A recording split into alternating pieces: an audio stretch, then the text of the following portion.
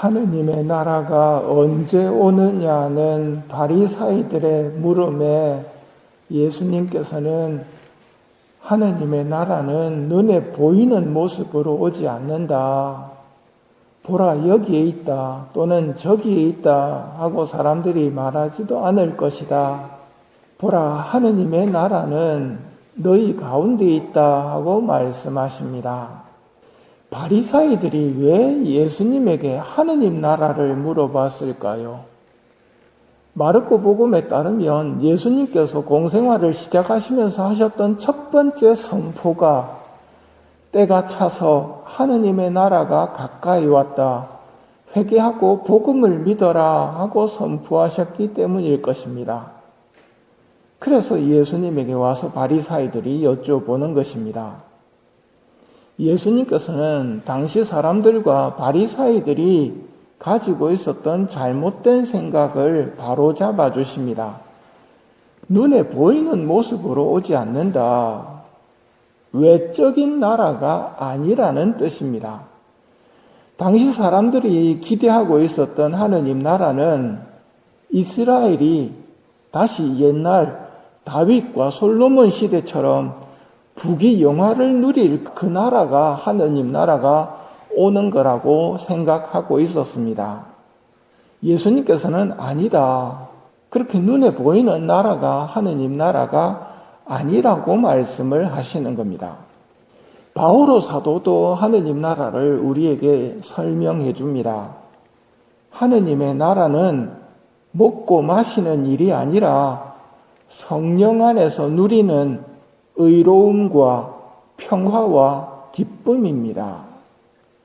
하느님의 나라는 먹고 마시는 일이 아니라 성령 안에서 누리는 의로움과 평화와 기쁨입니다. 의로움도 평화도 기쁨도 다 볼 수 없는 거죠. 내적인 것입니다. 성령 안에서 누리는 내적인 나라가 하느님 나라입니다. 그러니 여기 계시다 저기 계시다 하더라도 따라가지 마라. 여기 계시다 저기 계시다 신흥종교가 흔히 하는 이야기죠. 여기 진리가 있다 혹은 종말이 다가왔다 혹은 언제가 종말이다 하는 말을 듣더라도 혹시 나만 그거 모르고 있는 거 아닌가 생각하지 말라고 하십니다. 걱정하지 말라고. 번개가 치면 하늘 이쪽 끝에서 저쪽 끝까지 비추는 것처럼 사람의 아들의 날도 나만 모르고 오는 일은 없다고 말씀을 하시니 그런 걱정은 하지 말라고 말씀하십니다. 하느님 나라는 눈에 보이는 모습은 아니지만 하느님 나라는 너희 가운데 있다는 말씀을 하십니다. 하느님 나라를 지금 여기서 맛보고 싶다면 하느님 나라를 세우면 됩니다. 어떻게 세우는데요? 하느님 나라가 어떤 나라인지를 생각해 보면 됩니다. 하느님 나라의 주인은 하느님이시죠. 내가 주인인 나라가 아니라 하느님이 하느님 자리에 계신 주인 자리에 계신 나라가 하느님 나라입니다. 그 나라에서 나는 쓸모없는 종임을 받아들이면서 해야 할 일을 해나가는 것, 그것이 하느님 나라를 세우는 법입니다. 주님을 모신 나라를 건설하는 방법은 당연히 그 나라에서 이루어질 일을 내가 하고 있는 겁니다. 그 나라에서는 무슨 일이 벌어질까요?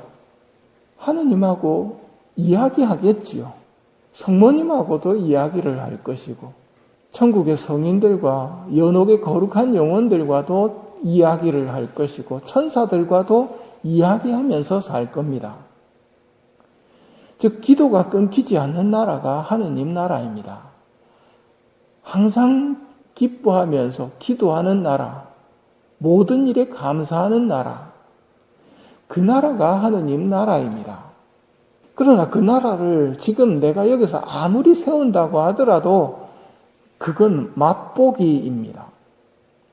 왜냐하면 밀과 가라지가 뒤섞여서 살고 있는 이 세상, 선인과 악인이 뒤섞여 살고 있는 이 세상은 둘 다 함께 자라도록 내버려 두어라 하고 하느님이 말씀하셨기 때문입니다. 수확 때 내가 일꾼들에게 가라지를 거두어서 단으로 묶고 태워버리고 밀은 내 곡간으로 모아들이라고 하겠다. 밀은 하느님 나라에 들어가게 될 것입니다. 그러나 쭉정이 가라지들은 단으로 묶고 태워버린다고 말씀하십니다. 그러니 하느님 나라를 맛볼 수는 있지만 여기서 하느님 나라를 세우는 것은 안 되는 일입니다. 너희가 사람의 아들의 나를 하루라도 보려고 갈망하겠지만 보지 못할 것이다. 사람의 아들은 먼저 많은 고난을 겪고 이 세대에게 배척을 받아야 한다 하고 말씀하십니다. 하느님 나라는 고난과 배척, 즉 십자가 다음에 오는 것이 하느님 나라입니다. 십자가 없는 하느님 나라를 많은 사람이 바라는데 그런 나라는 없습니다. 예수님이 가신 길이 이 길이라면 우리도 예수님이 가신 길로 갈 수밖에 없습니다. 제 십자가를 먼저 지고 그 다음 하느님 나라에 들어가야 됩니다. 걱정이 좀 되지요. 근데 너무 걱정할 필요는 없는 것이 내 안에 머물러라. 나도 너희 안에 머무르겠다. 가지가 포도나무에 붙어 있지 않으면 스스로 열매를 맺을 수 없는 것처럼 너희도 내 안에 머무르지 않으면 열매를 맺지 못한다. 나는 포도나무요 너희는 가지다. 내 안에 머무르고 나도 그 안에 머무르는 사람은 많은 열매를 맺는다. 너희는 나 없이 아무것도 하지 못한다. 하느님 나라의 건설은 하느님 없이는 아무것도 안 되는 겁니다.